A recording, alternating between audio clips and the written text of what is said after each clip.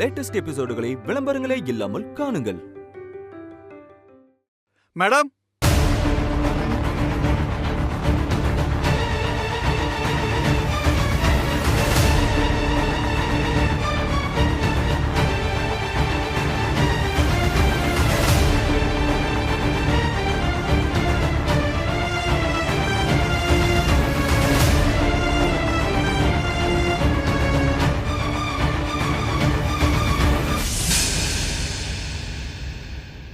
நீ அந்த புரோக்கர் தானே?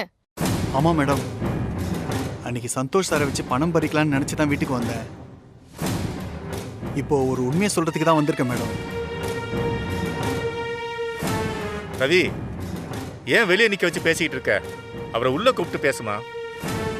உள்ள வாங்க.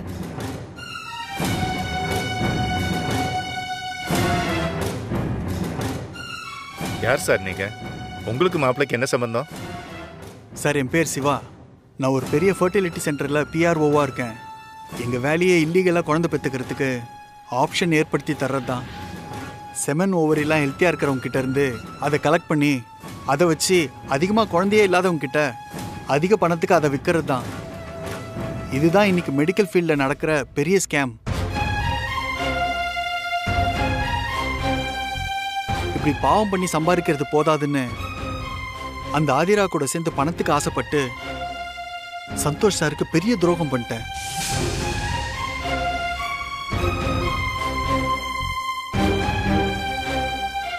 ஆனா அந்த கடவுள் நான் யாருக்கு துரோகம் செஞ்சனோ அவர் மூலமாவே என்னை அந்த விபத்துல இருந்து காப்பாத்துற மாதிரி பண்ணிட்டான். ஆமா சார், சந்தோஷ் சார்னால தான் நான் இப்போ உயிரோட இருக்கேன் சார். ஆனா அவர் குடும்பம் பிரியறதுக்கு நானே ஒரு காரணம் ஆயிட்டேன் சார். எனக்கு இப்ப என்ன பண்றதுன்னே தெரியல.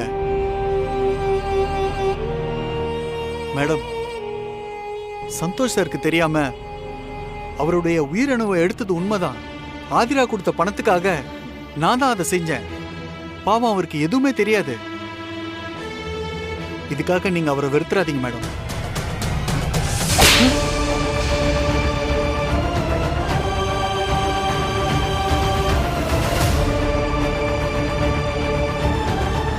பண்றதெல்லாம் பண்ணிட்டு இப்போ வந்து பாவ மன்னிப்பு கேக்குறியா? உன்ன மாதிரி ஆளெல்லாம் தூக்குல போட்டா கூட அதெல்லாம் குறைஞ்ச தண்டனையா தான் இருக்கும். அவன் மேல எனக்கு இருக்கிற கோபம் அவன் என்கிட்ட இந்த எல்லா விஷயத்தையும் மறைச்சதுக்காக தான். புரியுதா? அவன் மேல எந்த தப்பும் இல்லனா அவனை முழுசா நம்பிட்டு இருக்கிற என்கிட்ட எதுக்கு மறைக்கணும்?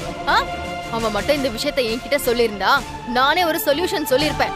இந்த பிரச்சனையும் இவ்வளவு தூரம் வந்திருக்காது. அதை விட்டுட்டு ஒரு பொய்ய மறைக்க இன்னொரு பொய், அதை மறைக்க இன்னொரு பொய், எத்தனை பொய்! இப்போ உண்மை தெரிஞ்சதும் அனுதாபத்துல ஆதாயம் தேட வந்திருக்கானாமா? இத பாரு, அவன் கிட்ட போய் சொல்லு, அவன் சொல்றதெல்லாம் நம்புற பவி எப்பவோ செத்துட்டான்னு. அவ்வளவுதான், போயிடு வெளியே. அவ்வளவுதான் உனக்கு.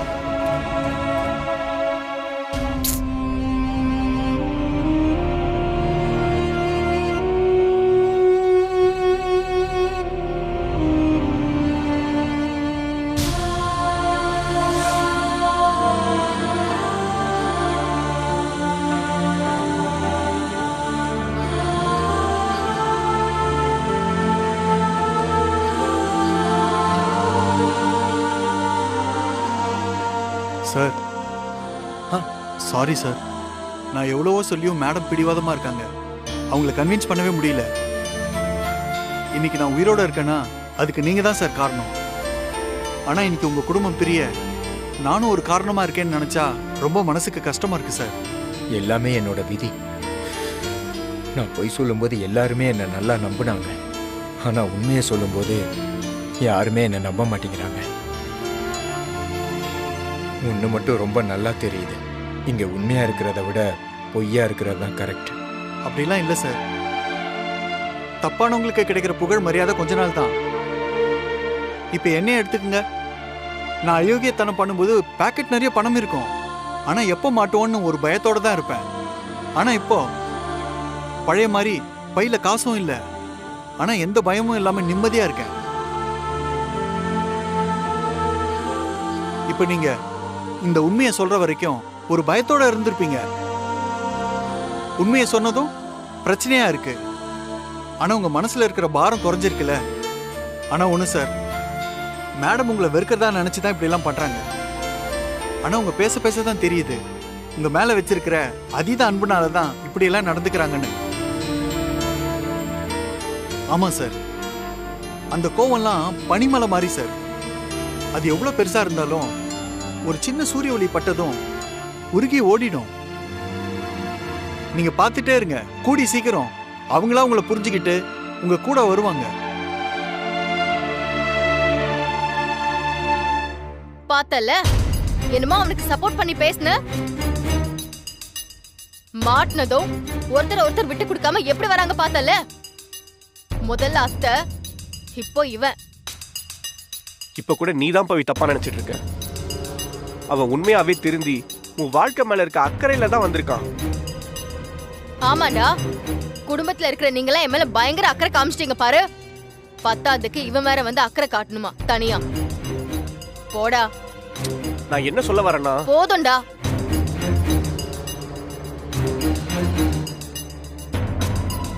டேய், உனக்கு சொன்னா புரியாதா? அவ இப்ப இருக்கிற நிலைமையில நீ என்ன சொன்னாலும் அவ ஏத்துக்க மாட்டான். ஆமாடா, அவ பாட்டுக்கு நம்ம கிட்ட ஏதாச்சும் கோச்சுக்கிட்டு வேற எங்கேயாவது போயிட்டா அப்புறம் அவளை தேடி அலைய முடியாது. கொஞ்ச நாளைக்கு அமைதியாயிரு, அவ கோவம் தானா குறையும். இல்லம்மா, எதையுமே ஆரம்பத்திலே கிளியர் பண்ணிடணும். ஒருவேளை அவ பிடிவாதமா இப்படியே இருந்துட்டா அப்புறம் அவளோட நிலைமை ரொம்ப மோசமாயிடும். தனியா இருப்பேன், குழந்தைய பார்த்துப்பேங்கிறதெல்லாம் பேசுறதுக்கு நல்லா இருக்கும். ஆனா நடைமுறையில நிறைய சிக்கல் வரும். இங்க ஒரு பொண்ணு கல்யாணம் ஆகி தனியா இருக்கிறது தான் பெரிய பிரச்சனையே. டேய், அந்த அளவுக்குன்னு நாம அவளை விட்டுருவோமா? இப்போதைக்கு அவளை கொஞ்சம் விட்டு பிடிப்போம். அப்புறம் அவ பேசுறதுக்கு பதில் பேசாம கொஞ்சம் அமைதியாரு. கூடி சீக்கிரம் எல்லாம் தானா சரியாயிரும்.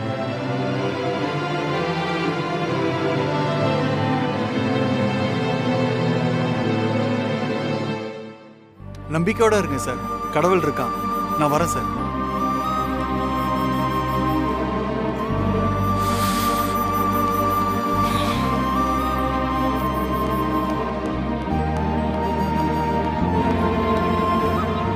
மாமா. ஹாய். எனக்கு எப்படி சொல்றதுன்னே தெரியல. நான் என் கனவுல கூட என் பொண்டாட்டிக்கு துரோகம் பண்ணதே இல்லை.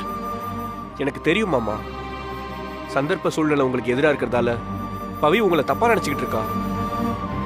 கூடிய சீக்கிரம் அவன் மனசு மாறுவா.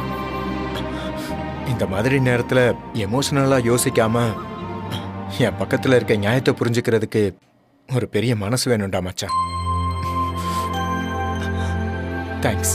அட, இதுக்கெல்லாம் எதுக்கு மாமா ஃபீல் பண்றீங்க? நான் மட்டும் இல்ல, ஃபேமிலியில எல்லாரும் உங்க மேல தப்பு இருக்காதுன்னு உறுதியா நம்புறாங்க.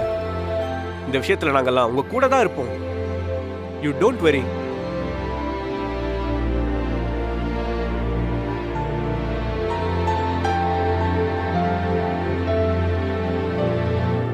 தேங்க்யூ. எனக்கு உங்களை பார்த்ததுல ரொம்பவே சந்தோஷம். லக்ஷ்மி மேடம்க்கு இவ்ளோ ஃபேன்ஸ் இருக்கிறது ரொம்பவே பெரிய விஷயம். தேங்க்யூ. ஆனந்தி, இவங்க எல்லாம் யாரு, எதுக்கு இங்க கூட்டமா நிக்கிறீங்க? சார், இவங்க எல்லாருமே லக்ஷ்மி மேடமோட ஃபேன்ஸ். அப்படியா? சார், என் பேர் சார்லஸ். நான் ரொம்ப நாளா குடின்னு குடிச்சு என் குடும்பத்துக்கு ஒரு பிரயோஜனம் இல்லாம இருந்தேன். ஒரு நாள் லட்சுமி மேடத்துக்கு கால் பண்ணி நக்கலா என்னை பத்தி சொன்னேன். அன்னைக்கு அவங்க ஒன்று சொன்னாங்க. அதுல இருந்து குடியெல்லாம் மறந்துட்டு அதை நினைச்சு கூட பார்க்கல. சார், லக்ஷ்மி மேடத்தினால தான் சார் என் குடும்பமே இன்னைக்கு நல்லா இருக்கு. வேலைக்கு போயிட்டு இருந்த என் பிள்ளைங்க இன்னைக்கு ஸ்கூலுக்கு போறாங்கன்னா அதுக்கு காரணமே லக்ஷ்மி மேடம் தான் சார். இங்க இருக்கிற ஒவ்வொருத்தவங்களோட வாழ்க்கையிலயும் லக்ஷ்மி மேம் அவ்வளோ நல்லது பண்ணிருக்காங்க. அவ்வளோ ஏன் சார், நாங்க அவங்க மேரேஜை பிளான் பண்ணி நடத்த வந்தவங்க. எப்பவுமே மேரேஜ் ஃபங்க்ஷன் முடிஞ்சதும் பேமெண்ட்டை வாங்கிட்டு அடுத்த ஃபங்க்ஷனுக்கு கிளம்பி போய்கிட்டே இருப்போம். பட் லக்ஷ்மி மேடம் விஷயத்துல அப்படி பண்ணவே முடியல சார். எப்படியாவது அவங்க மேரேஜை நடத்தி காட்டணும் அப்படின்னு இன்னைக்கு இங்க வந்து நிக்கிறேன் sir. I can't believe this. ரேடியோல பேசுற ஆர்ஜேக்கு ஃபேன்ஸ் இருப்பாங்க. சில பேர் அவங்களோட குரலை கேட்டு லவ் பண்றேன்னு கூட சொல்லுவாங்க. பட் ஏஜ் வித்தியாசமே இல்லாம லக்ஷ்மிக்கு இவ்வளவு பேர் கிரேஸா இருக்கிறத பாக்குறதுக்கு I really surprise. Okay Anandhi, what's your plan? Sir, Lakshmi மேடமோட பிரச்சனையை தீர்த்து வைக்கிறதுக்கு அவங்க ஃபேன்ஸோட சேர்ந்து நான் ஒரு இனிஷியேட்டிவ் எடுக்க போறேன். அதுக்கு எனக்கு ஒரு 1 வீக் லீவ் வேணும் சார். எதுக்கு ஆனந்தி லீவ் போடுறீங்க? லக்ஷ்மி மேடம் நம்ம சேனலோட குட் ஃபேஸா இருக்காங்க. அவங்களுக்காக செய்யற இந்த விஷயத்துல சேனலும் கூட இருக்கும். நீங்க இதை ஒரு ப்ரோக்ராமாவே பண்ணுங்க ஆனந்தி. சேனல்ல இருந்து என்ன சப்போர்ட் வேணாலும் நான் தரேன். Thank you sir. உங்க எல்லாருக்குமே லக்ஷ்மி மேடமோட லைஃப்ல என்ன ப்ராப்ளம் நடக்குதுன்னு தெரியும்ல? தெரியும் மேடம். அவங்க வாழ்க்கையில எங்க பிரச்சனை இருக்கு, பிரச்சனையில தான் அவங்க வாழ்றாங்க. யாருக்குமே இப்படி ஒரு நிலைமை வரக்கூடாது. எல்லாரும் நல்லா இருக்கணும்னு நினைக்கிற லக்ஷ்மி மேடத்துக்கு தான் கடவுள் சோதனைக்கு மேல சோதனை கொடுக்கறாரு. கடவுள் கொடுத்துட்டா அதை நம்ம தான் மாத்தி காட்டணும். தன்னம்பிக்கையும் தைரியத்தையும் நமக்கு அவங்க தானே கொடுத்தாங்க. அதை வச்சு அவங்க வாழ்க்கையை நம்ம மாத்தி காட்டுவோம். நீங்க எல்லாரும் இவ்ளோ பாசிட்டிவா பேசுறத பாக்கும்போது ரொம்ப சீக்கிரமாவே லக்ஷ்மி மேடம் லைஃப்ல வசந்தம் வந்துரும்னு எனக்கு தோணுது. உண்மைதான் மேடம். இவ்வளோ பாசிட்டிவ் எனர்ஜி இருந்தா எதை வேணாலும் சாதிக்க முடியும். பாருங்க, அவங்கள பத்தி பேசும்போது புத்துணர்ச்சியா இருக்கு. லக்ஷ்மி மேடத்தோட மொத்த சந்தோஷமும் ஹரி சார் தான். அவரை முதல்ல நம்ம கண்டுபிடிக்கணும். இந்த ப்ராஜெக்டோட பேரு ஃபைண்டிங் ஹரி. ஃபர்ஸ்ட் ஒரு வாட்ஸ்அப் குரூப்பை நான் ஆரம்பிக்கிறேன். அதுல நீங்க எல்லாருமே ஜாயின் பண்ணணும்.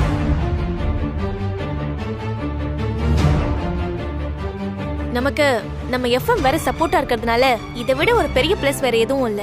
சோ டெய்லி ஆக்டிவிட்டீஸ் நம்ம என்னெல்லாம் பண்றோமோ நாம அந்த குரூப்ல ஷேர் பண்ணணும். ஓகேவா? ஃபேண்டாஸ்டிக்.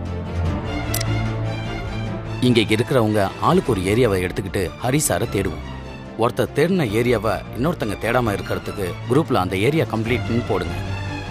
தேட வேண்டிய ஏரியா, பார்க்க வேண்டிய பர்சன்ஸ்ன்னு ஹரி சார் சம்பந்தப்பட்ட எல்லாத்தையுமே குரூப்ல அப்டேட் பண்ணுங்க. எவ்வளவு சீக்கிரம் முடியுமோ அவ்வளவு சீக்கிரம் நம்ம எல்லாரும் சேர்ந்து ஹரி சாரை கண்டுபிடிக்கிறோம். நம்ம எல்லாரோட லைஃப்லயும் இவ்ளோ நல்லது பண்ண லக்ஷ்மி மேம்க்கு இதை விட நம்ம செய்ய வேற எதுவுமே இல்லை. மேடம், ஒரு வாரம் இல்ல, இன்னும் 2 நாள்ல அவங்க சந்திர மண்டலத்திலேயே இருந்தாலும் அவங்கள லக்ஷ்மி மேடத்துக்கு முன்னாடி நிறுத்துறோம். இது சத்தியம். ஆமா, கண்டிப்பா நிறுத்துவோம். அதனால இப்பவே நாம லக்ஷ்மி மேடத்தை கொஞ்சம் மீட் பண்ணி அவங்களுக்கு நாம செய்ய போற வேலையை பத்தி சொல்லுவோம். ஏன்னா கஷ்டத்துல இருக்க அவங்களுக்கு நாம சொல்ற வார்த்தை புது நம்பிக்கையை கொடுக்கும். நெருப்புக்கு தான் தன்னோட சேர்ற எல்லாத்தையும் தன்னை போலே மாத்த சக்தி இருக்குன்னு சொல்லுவாங்க. உங்க எல்லாரையும் பார்க்கும்போது எனக்கு அப்படிதான் தோணுது. லக்ஷ்மி உங்க எல்லாரையும் அவங்கள போலவே நல்லவங்களா மாத்திருக்காங்க. கண்டிப்பா அவங்களுக்கு கூடிய சீக்கிரம் நல்லதே நடக்கும். அவங்களுக்கு நல்லது நடந்தே ஆகணும்.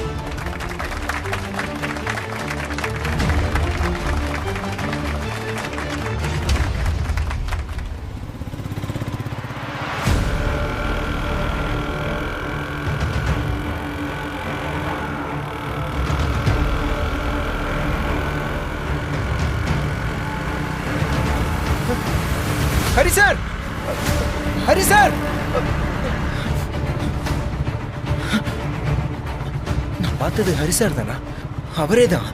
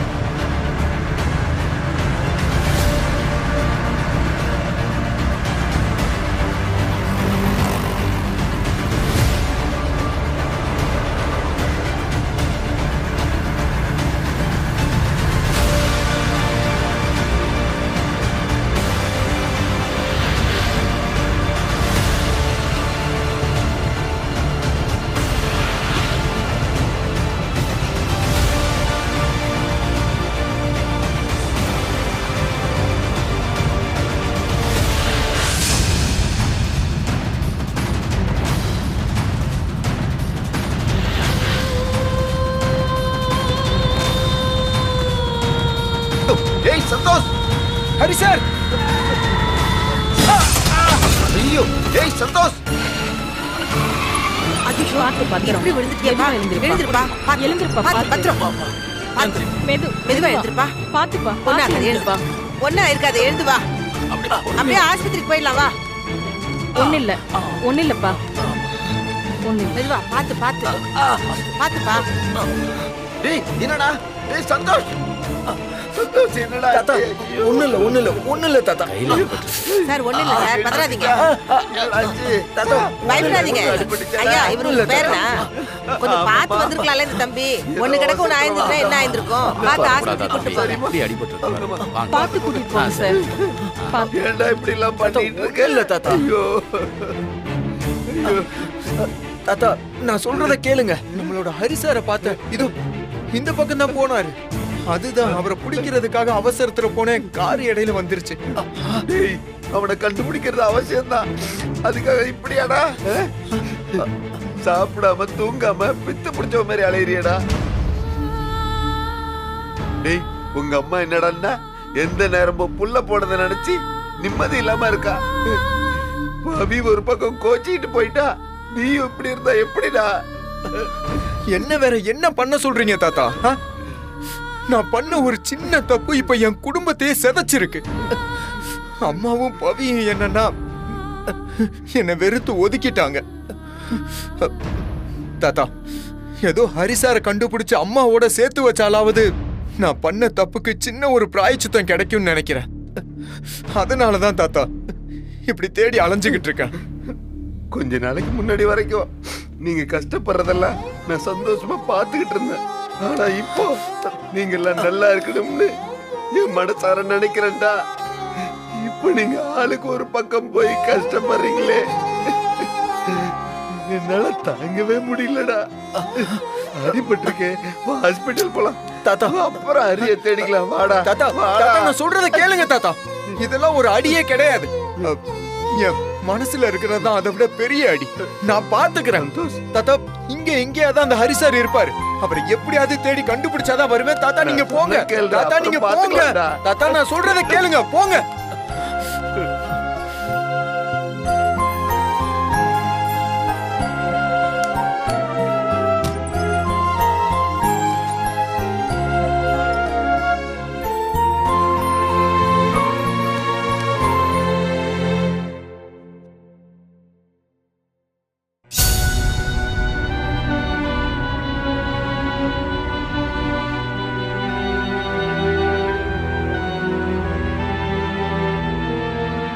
அப்பா சாப்பிட வாங்க.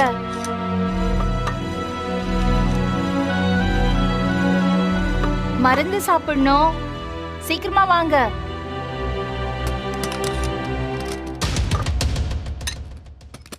அப்பா என்னப்பா என்ன ஆச்சு? எங்க போறீங்க? இல்லம்மா, இனிமே இந்த வீட்டுல ஒரு நிமிஷம் கூட இருக்க மாட்டேன். இங்க நடக்கிறதெல்லாம் பார்த்துட்டு என்னால இருக்க முடியல. நான் என் கிராமத்துக்கே போயிடுறேன். ஏன் என்னாச்சு?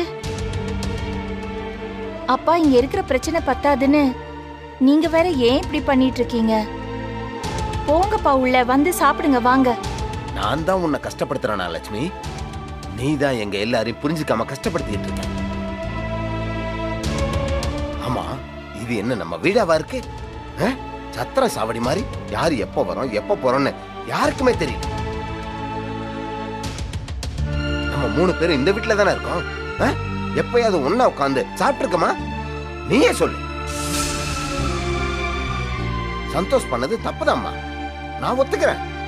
ஆனா அவன் இதெல்லாம் எதுக்காக பண்ணான்னு கொஞ்சம் யோசிக்கலாம்ல. இங்க தெரிஞ்ச கொலைக்குத்தவன் பண்ணவனு கூட இவ்வளவு நாள் தான் தண்டனைன்னு விதி இருக்கு. தண்டனை முடிஞ்சதும் அவன் சாதாரண மனுஷனா வாழ முடியும். ஆனா சந்தோஷ் தெரியாம பண்ண தப்புக்கு நீ கொடுத்த தண்டனை பெருசுமா. தெரியாம பண்ணிட்டானா? அவன் தெரியாம தப்பு பண்ணிட்டான்னு சொல்றீங்களா? அப்பா என்னோட குழந்தை இறந்து போச்சுப்பா. அதுக்கு அவன் தான் காரணம். அப்படி இருக்கும்போது தெரியாம பண்ணிட்டான்னு சொல்றீங்க? எப்படிப்பா இது? லட்சுமி, வார்த்தைக்கு வார்த்தை என் குழந்தைன்னு சொல்ற. யாரோ பெத்த பிள்ளைய என் குழந்தைன்னு சொல்லிட்டு இருக்க. அப்ப சந்தோஷ் யாருமா? அவனும் உன் குழந்தை தானே. இப்ப வளர்ந்து கல்யாணம் ஆயிட்டா அது இல்லைன்னு ஆயிடுமா? மாடி, உன் வலி வேதனைக்கு நான் ஆறுதல் மட்டும்தான் சொல்ல முடியும். ஆனா அதை அனுபவிக்க முடியாது. ஆனா உன்னோட புடிவாயத்தால சந்தோஷ்க்கு அந்த வழியை கொடுத்துருவியன்னு பயமா இருக்குமா? இன்னைக்கு ரோட்ல சந்தோஷ் நூலு அழையில உயிர் தப்பிச்சான். ஹரிய தேடி சந்தோஷ் வித்து பிடிச்சவன் மாதிரி அலையிறாம்மா. அவன் சரியா சாப்பிட்டு தூங்கி பல நாள் இருக்கும்மா. அப்படித்தான் ரோட்டுக்கு அந்த பக்கம் யாரையோ பார்த்துட்டு ஹரின்னு நினைச்சு ஓடி, அந்த நேரம் ஒரு கார்காரன் மோதி ஒரு செகண்ட் மிஸ் ஆயிருந்தா கூட இந்த வீடை இட வீடாயிருக்கும். பாரு லட்சுமி, ஒரு தப்புக்கு பரிகாரம் இன்னொரு தப்பு இல்லை. ஊருக்கே புத்திமதி சொல்ற உனக்கு நான் இதெல்லாம் சொல்ல வேண்டியதில்லை. ஆனா உன்னாலே இந்த குடும்பம் அழிஞ்சு போயிடுமோன்னு எனக்கு இப்ப பயமா இருக்கு. இப்ப நான் என்ன பண்ணணும்ப்பா சொல்லுங்க, என்ன பண்ணணும்? நீ வா, என் கூட வா. வா போலாம், வா.